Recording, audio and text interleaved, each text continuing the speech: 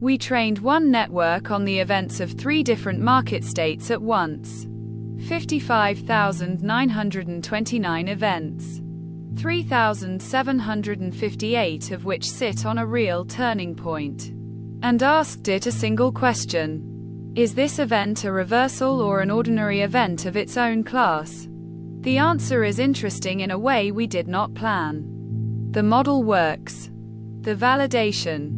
6 coins: Bitcoin, Ethereum, Solana, BNB, XRP and Dogecoin, recorded second by second. 3 detectors mark events in our data. Storm.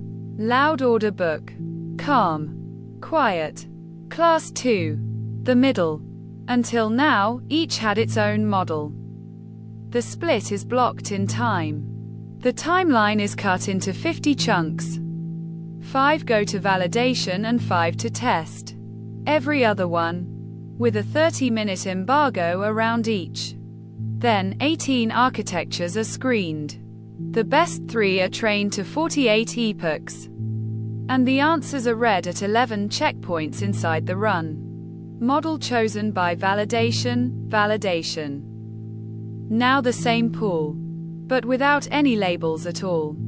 PCA right pointing arrow UMAP right pointing arrow HDBSCAN. And our reversal marks applied only afterwards. As a check. The split is real. Stability 0.813 on a full rebuild with a different seed. Against 0.378 for a hard null where the cells are shuffled between events. But it is not about reversals.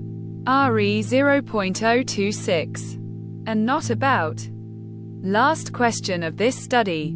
Does the event need to be compressed before the model sees it? We ran PCA and an autoencoder at 5 bottleneck widths. With the same logistic head on top of both.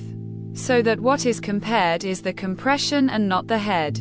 What we compressed with, best width, validation PRAUC, test PRAUC.